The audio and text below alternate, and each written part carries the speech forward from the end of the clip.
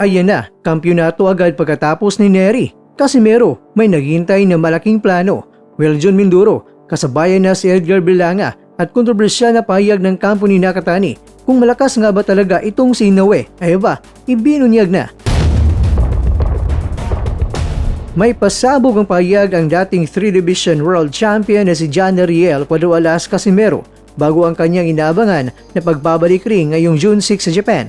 Ayon sa kampo ng boksingero, bagamat nakatutok sila ngayon bilang co-main event sa darating na buwan, may mas malaki at dambuhalang plano na nakaabang para sa kanyang karera kung mapagtatagumpayan niya ang susunod na hamon.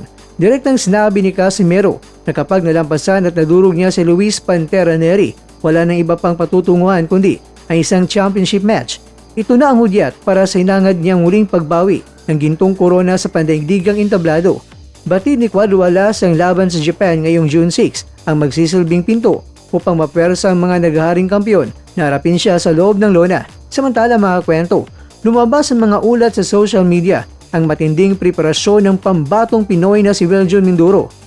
Sa huling video ng kanyang pagsasanay, makikitang sumasailalim siya ng isang ensayo na kung saan para maging maganda ang kanyang tamang timing, distansya at diskarte sa pakipaglaban. Hindi basta-basta naman ang naka-partner ni Mindoro.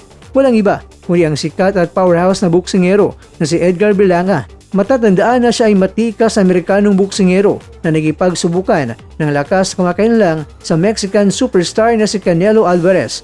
Ang karanasang ito ni Mindoro laban sa isang elite fighter na tulad ni Berlanga ay patunay na seryoso ang Pinoy fighter na iangat ang kanyang antas at patalasin ang kanyang kamao para sa mga susunod na malaking laban sa Amerika. At June 6 din po yan, Pinas time. Samantala, sa iba pang balita, naging usap-usapan sa mundo ng boxing ang naging matapat na hatol ni Junto Nakatani hinggil sa lakas ng suntok ng undisputed super bantamweight king na si Naoya Monster Inoue sa kanilang nagdaang mega fight sa Tokyo Dome na dinaluan ng mahigit 55,000 na mga manonood. Ayon sa head coach ni Nakatani na si Rudy Hernandez, may isang krusyal na sandali sa kalagitnaan ng laban na nagbabago sa lahat. Inihayag ni Hernandez ang mismong salita ni Nakatani sa kanya. Noong sinabi sa akin ni Junto na hindi ganoon kalakas sumuntok si Inoue, doon na bago ang laro. Sana lang ay sinabi niya iyon sa akin noong second o third round pa lamang. Ayon sa coach, nang ma-realize ni Nakatani na kaya niyang tanggapin ang mapatama ng Monster, nawala nito ng takot at pumasok sa isang matinding atake mula round 7 hanggang round 10. Bagamat nauwi sa unanimous decision ang panalo kay Inoue at nabasag pa ang orbital bone ni Nakatani sa round 11 dahil sa isang matinding uppercut.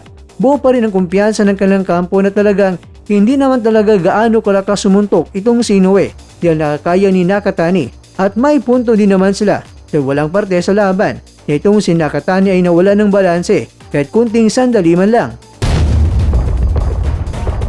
Mga kakwento, sa katunayan, nagbitaw na isang napakatapang na pangako si Hernandez para sa isang potensyal na rematch.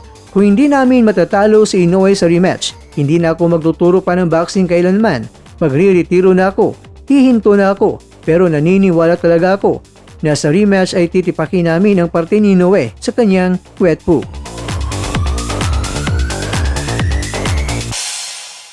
Sa bawat suntok, may pangarap sa bawat... Mga kakwento, hanggang dito na lang muna ang ating kwentuhan. Huwag kalimutan na mag-like, share at subscribe. Ako po si Mr. Kwento. Ito ang mga kwentong maaring hindi pa nakwento sa inyo. Tayo ng boses ang hindi pa napapansin ng mundo. Samahan niyo akong busisiin ang bawat kwento at bawat sakripisyo ng mga mandirigmang mga Pilipino. Ito ang kwentong di pa nakwento.